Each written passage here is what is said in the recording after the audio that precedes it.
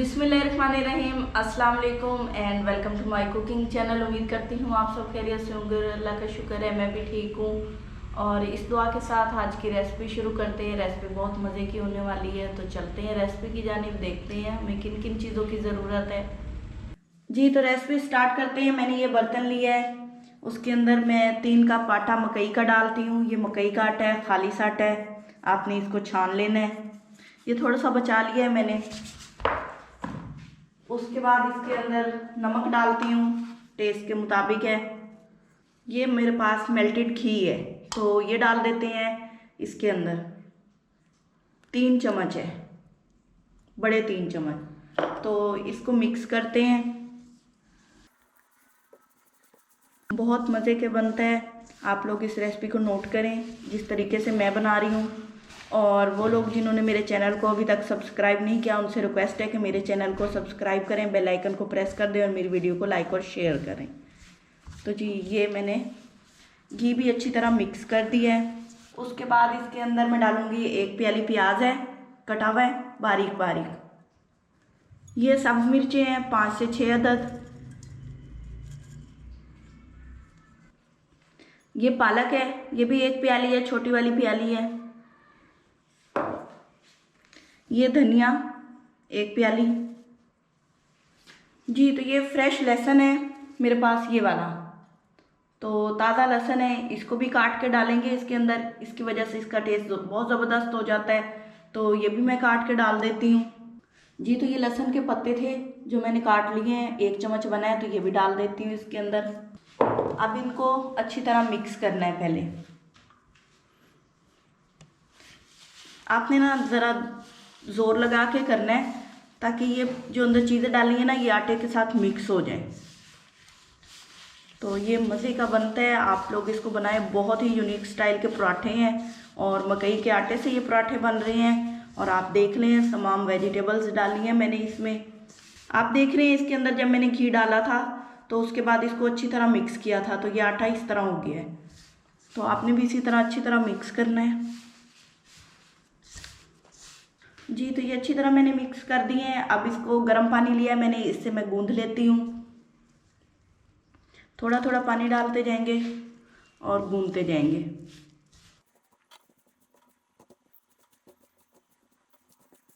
जी तो मैं इसे आटे की तरह गूंद लूँगी, जिस तरह आटा गूंदते हैं।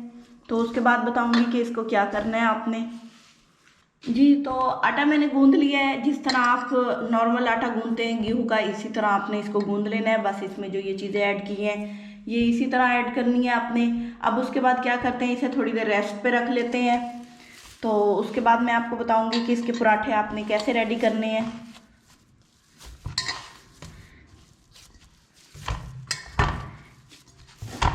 ये जो इसके अंदर मैंने घी, बटर, ऑयल या जो भी कह लें ऐड किया है ना, तो उसकी वजह मैं आपको बता दूं कि जब आप पराठे इसके बनाएंगे ना तो बहुत नरम बनेंगे। जी तो मैं इसको उठा लेती हूँ। बहुत सॉफ्ट आटा गूंदा है माशाल्लाह से। तो इसको मैं अलग इसमें रख दी हूँ। थोड़ा सा प्रेस कर देते हैं, ज़्यादा पतला भी नहीं गूंदना, ज़्यादा सख्त भी नहीं गूंदना। ऊपर से मैं थोड़ा सा इसको ऑयल से ग्रीस कर देती हूँ। अब इसे रेस्ट देंगे तकरीबन 15 से 20 मिनट, तो ये पड़ा रहे। जी तो माशाल्लाह से आटा बहुत ज़बरदस्त गूंद लिया है मैंने और इसको रखा था और ये सेट हो चुका है। तो अब मज़ेदार से पराठे बनाते हैं, बहुत यूनिक स्टाइल के पराठे होंगे। तो चलते हैं पराठे शुरू बनाना करते हैं। तो चलते हैं पराठे बनाना शुरू करते हैं। तो उसके लिए आपको पता है कि ये दोनों चीज़ें, और उसके अलावा मैंने ये जो मकई का आटा बचाया था ये यूज़ करूँगी। तो चलो मैं इसको साइड पे रखती हूँ।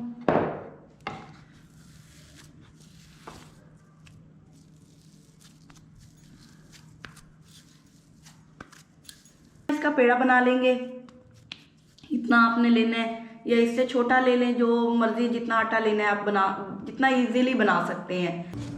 जी इस तरह हाथ से फैला लेना है, और जितना आप फैला सकते हैं हाथ से, आपको लगे कि इजीली फैल गया है, आपने उसी तरह फैला लेना है। नीचे एक बटर पेपर रख देना है। अब मैं इसके ऊपर भी एक बटर पेपर रख दूंगी और इस तरह करके, और बेलने से बेल देंगे। अगर ये सिंपल मकई होती, मतलब इसके अंदर ये वेजिटेबल्स ना डली होती, ये ग्रीन चीज़ें जो मैंने डाली हैं, फिर तो आप इसे आराम से बेलने से भी बेल सकते थे। बटर पेपर इसलिए रख रही हूँ कि ये ना आसानी से हो जाए और अंदर से जो इसके अंदर चीज़ें डाली हैं वो मत निकलें। तो इसी तरह इसको बेल लेंगे। जी, तो इसको मैंने बेल लिया है। अब ऊपर वाला बटर पेपर आपने उतार देना है। माशाल्लाह से देखें किस तरह बारीक रोटी बनी है। आपने भी बिल्कुल इसी तरह बना लेना है, लेकिन जब बटर पेपर पे रखना है आपने थोड़ा सा नीचे से भी ग्रीस कर लेना है और ऊपर वाली साइड से भी। तो इस बटर पेपर को मैं साइड पे करती हूँ। अब क्या करना है, आपने इसे हाथ पे नहीं उठाना, क्योंकि इसके अंदर हमने मिसाले डाले हैं तो ये टूट सकती है। आपने इसे आराम से उठाना है। जी, तो इस तरह आपने ना इसके नीचे हाथ रख लेना है कि ये टूटे नहीं। ये देखिए, क्योंकि आपको पता है मकई खालिश मकई है तो इसके टूटने का भी ख़तरा होता है। तो इस तरह इसको ना तवे पे डाल देंगे ऐसे करके और बटर पेपर अलग कर देंगे आराम से, ये टूटे नहीं। ये देखिए माशाल्लाह से बारीक रोटी बनी है और जो इसके अंदर मिसाले डाले हैं उसकी वजह से इसका टेस्ट ज़बरदस्त होगा और आप इसे साग और मक्खन के साथ एंजॉय करें, बहुत मज़े की लगती है। तो अब मैं इसे हल्की आंच पे पका लूँगी और बाकी रोटियां भी इसी तरह बेल लेंगे। अब इसकी एहतियात से आपने साइड चेंज कर देनी है। जब ये एक दफ़ा पक जाएगा ना फिर इसका कोई ख़तरा नहीं रहेगा। ये देखें जी, तो अब इसको ऐसे ऐसे आपने थोड़ा थोड़ा करते रहना है हल्की आंच पे, ताकि ये अच्छी तरह से पक जाए। जी, तो आप देख रहे हैं कितनी प्यारी मज़े की रोटी बन रही है। तो इस पराठे पे अब मैं बटर लगा देती हूँ। बटर नहीं है तो आप घी भी लगा सकते हैं।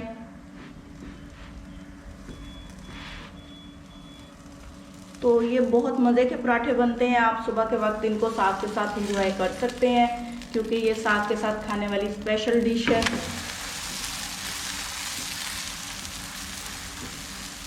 ये देखिए, मक्खन के साथ तो इसकी बहुत ज़बरदस्त खुशबू आ रही होती है। तो आप लोग इसको इसी तरह बनाएं।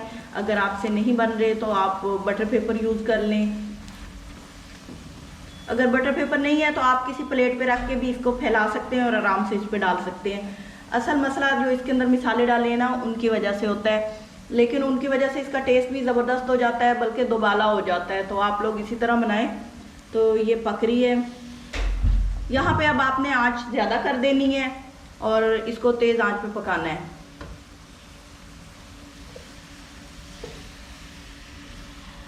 जी, ये देखें माशाल्लाह बहुत ज़बरदस्त खुशबू और बहुत ज़बरदस्त इसका रंग है। इसकी मैं दूसरी साइड चेंज कर देती हूँ। ये देखें, अब इसके टूटने का ख़तरा बिल्कुल भी नहीं है और आप इसे इजीली खा सकते हैं। तो देते हैं। तो जी, मैं इसे बाहर प्लेट में निकाल लेती हूँ।